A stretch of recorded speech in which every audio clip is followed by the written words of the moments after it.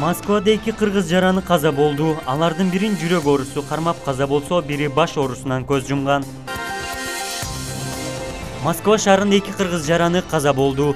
Бул тууралуу кыргыз диаспорасынын өкүлү Улан Кошматов өзүнүн социалдык жеке баракчасына жазып чыккан. Кийинчерээк ал super.kg порталына бул маалыматты тастыктады.